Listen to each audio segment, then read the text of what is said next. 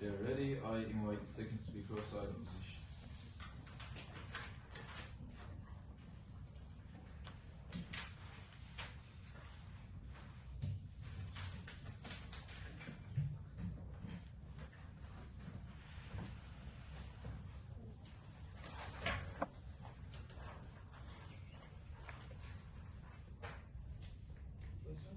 Sure. Ladies and gentlemen, honorable judges, and esteemed audience, mandatory military service after the age of 18 may sound like a patriotic solution to instill discipline and ensure national security. However, the second speaker of the opposition, as the second speaker of the opposition, I will demonstrate how this policy poses as a serious threat to the economy, disrupts the workforce, and misallocates valuable national resources. I will also respond to some of the potential actual arguments made by the proposition. Firstly, let's talk about the disruption of the workforce. Mandatory military service removes young adults from their most productive years they could spend gaining education, building careers, or learning skills that directly contribute to the economy. At the age of 18, individuals are either pursuing higher education or starting out in entry-level jobs.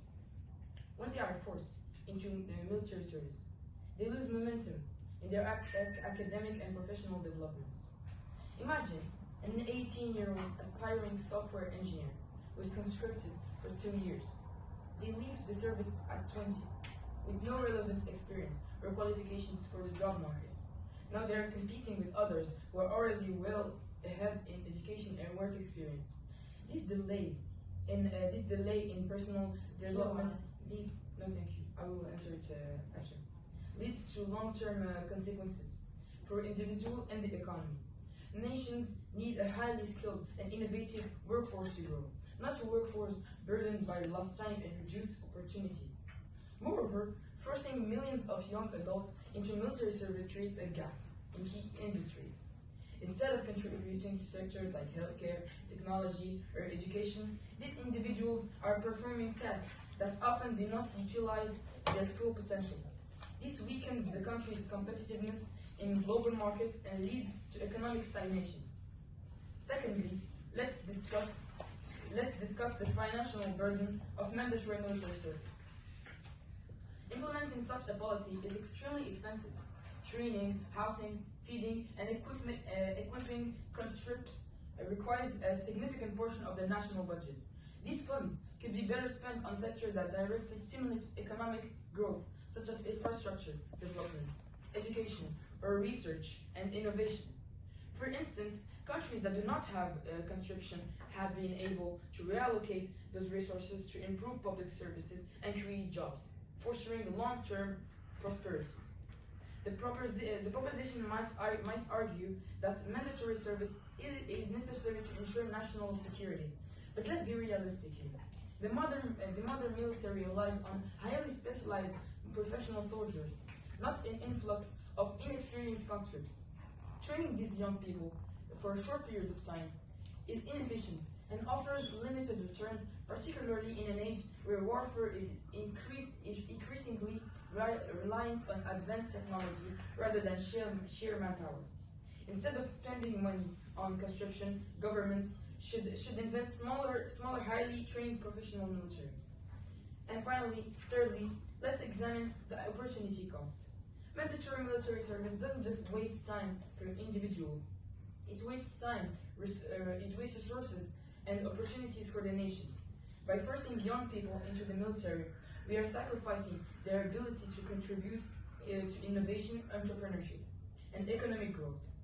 Every year spent in mandatory service is a year lost for education, job creation, or starting business. Take a country like Norway, which has a voluntary military service and uses its funds to support education and healthcare. This approach creates a highly skilled workforce that attracts investments and drives economic progress. On the other hand, countries with conscription programs often see slower economic developments due to this misallocation of resources. Now let's address the proposition's actual and potential arguments.